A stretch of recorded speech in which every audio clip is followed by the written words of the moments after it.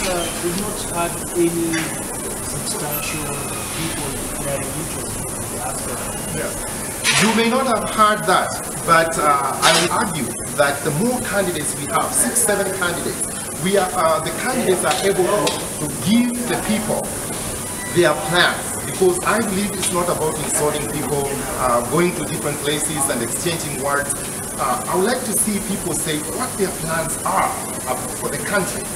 Now, we're talking about, you ask specific questions, whether diaspora has interest. Yes, for sure it has. And I will start right here at Intercontinental Hotel. I am a candidate for the President of the Republic of Kenya. And I'm declaring that I have said it many times in different platforms. I've been interviewed expressing interest, but finally I made my mind. I'm willing to crisscross the country and present my plan for the country.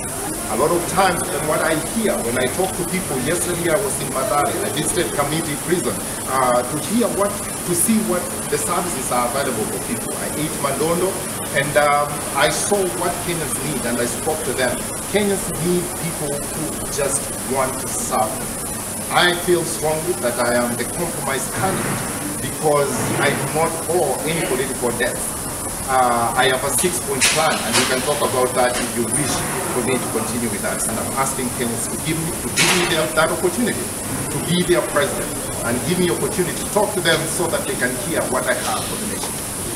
When you would argue and say, here are you facing? Well, that is a good question, but I can tell you this would be about the 7th time I'm visiting Kenya in the last 1 year alone. In the last 5 years, I've been working with the youth, low income and minorities, and working with different communities.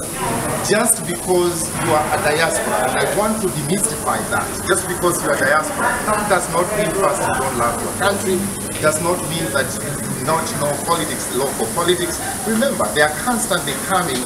I've met President Kenyatta in Washington DC, we've met other politicians that have come. We are with them there and here. We know the direction of the country. Talk about my plan, for example. I have a 6-point plan that I intend to be able to roll out. First, to make life affordable, period. The expenses are too high. Kilogram of sugar, we are talking 120 to 140. We are talking about milk, 50 shillings. Eating mandondo yesterday with the rest of the folks in the Madare, that was 30 shillings per 1 meal for people who are not working. The kind of lifestyle, the cost is way too far. Now, number 2, we want to be able to bring jobs, period. A lot of problems you see, even corruption, is because people do not have money. The economy is not working right. So I want to be able to, I have a plan actually to cut unemployment by between 50 to 60% for the youth, because I can utilize our friends across the world, our partners, particularly the event that I had recently I brought visitors from across the world to talk about how they can be able to bring plans, and we have a plan to cut that unemployment, particularly for the youth. I'm very passionate about the youth, and I know they form 7%. They have a lot of votes, and that's their future we are talking about. Number 3, skills. You can have jobs without skills, and Kenyans are not just talking about big degrees. I'm a PhD, yes, and I have worked in Wall Street and other places that have worked in, managed in large organizations, university dean and a professor.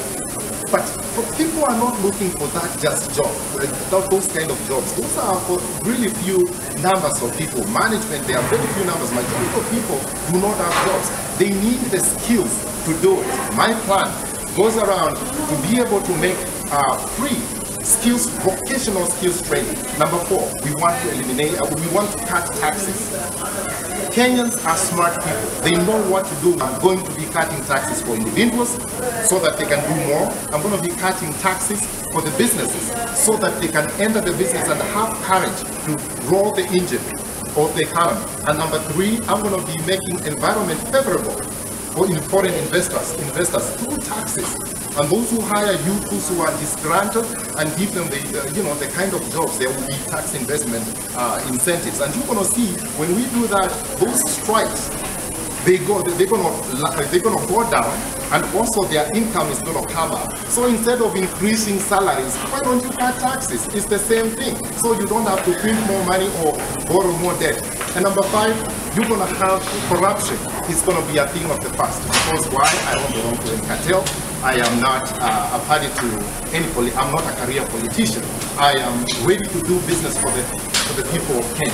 So if they are thinking of doing that, please start packing, because you'll be out. And the final is the diaspora.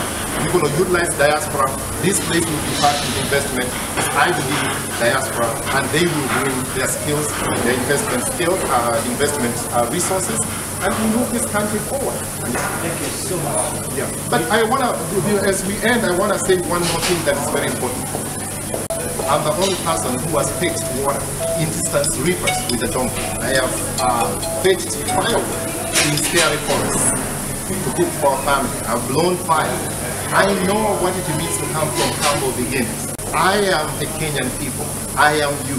So if you give me the opportunity, yes, a young kid, a boy or a girl from a humble beginnings, they can still dream big. I'm looking forward for this debate, and I look forward to getting to the campaign trail and resource the country. And thank you so much again for having me. Thank you so much. Thank you so much. Wishing you all. Thank you again. I appreciate it. All right.